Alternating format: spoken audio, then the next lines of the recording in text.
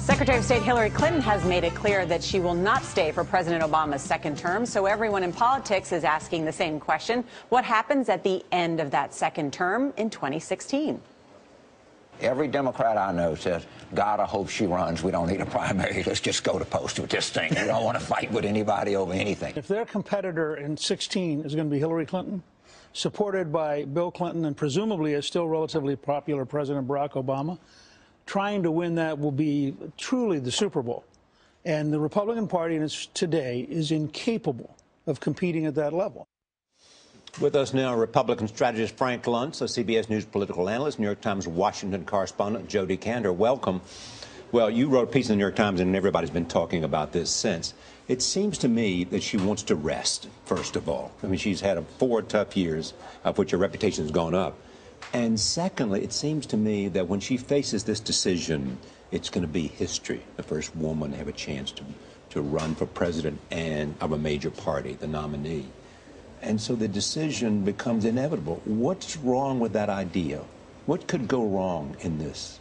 Well, as we know, everything can go wrong in politics. And the last time she was the presumed presidential frontrunner in 2008, things did not go very well for her.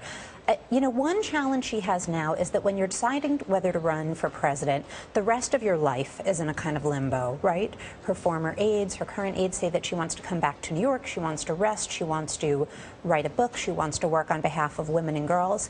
But the way that you do all of those things can change depending on whether you want to leave the door open to a run to not. So she can try to make these smaller decisions, but in a sense, the rest of her life is contingent on the big one. Is she going to do it or not in 2016? So, Jodi, you are known for your very thorough reporting, and I know you spoke with more than 24 former and current aides. Do they think she wants to run? They are basically divided into 2 camps. There are the ones who really think that she doesn't want to do it, that she has just had enough, she's given enough, she is ready for the next generation to step forward. Then there are the aides who say that she is keeping her options open, that she hasn't made a decision yet. But even they emphasize to be very cautious about what you hear on TV. There are all sorts of people professing with all sorts of confidence that she is absolutely going to run. They say, do not believe that. She is extremely aware of the downsides of this, and she may not be ready for it. Well, in presidential campaigns, it's always the expectation game, and so her expectations are so high. I remember Mark Penn saying to a client, and I was there, well, I'll see you after the election when it's President Clinton, and of course it wasn't. First thing she's got to do is find a new team. The people who led her campaign in 2008 should not be the ones if she decides in 2016, because they didn't get it. They didn't understand it. And second is that she's got an opportunity now to really fix those challenges that made her such a popular, powerful person among Democrats, but so polarizing. I do think she'd be the front runner. I think Joe Biden will run as well. And so you're going to have 2 different generations at each other. And it'll be an interesting contrast if Jeb Bush decides that he wants to run yet again.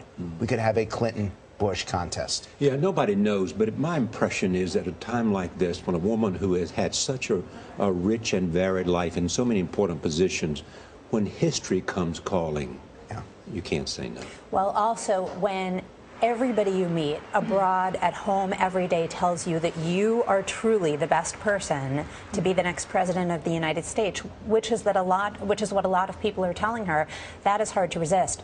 Here's one fun tea leaf to read, which is that I do hear that President Bill Clinton is very eager for her to run, that he sits there on his plane and he games out the scenario for what a run may look like. So if everybody, including your husband, is telling you to do it, that's hard to resist. For the same reason, one, he believes in her, but also history. Look what history would be, first husband and wife to be president. Exactly. And you mentioned about the world, what they're telling Hillary Clinton. There was this Saban Center forum where there was this tribute of world leaders. I want to play part of that clip to just show you what even world leaders are saying about her. Listen. As someone who knows a thing or 2 about political comebacks, I can tell you, I don't think we've heard the last of Hillary Clinton.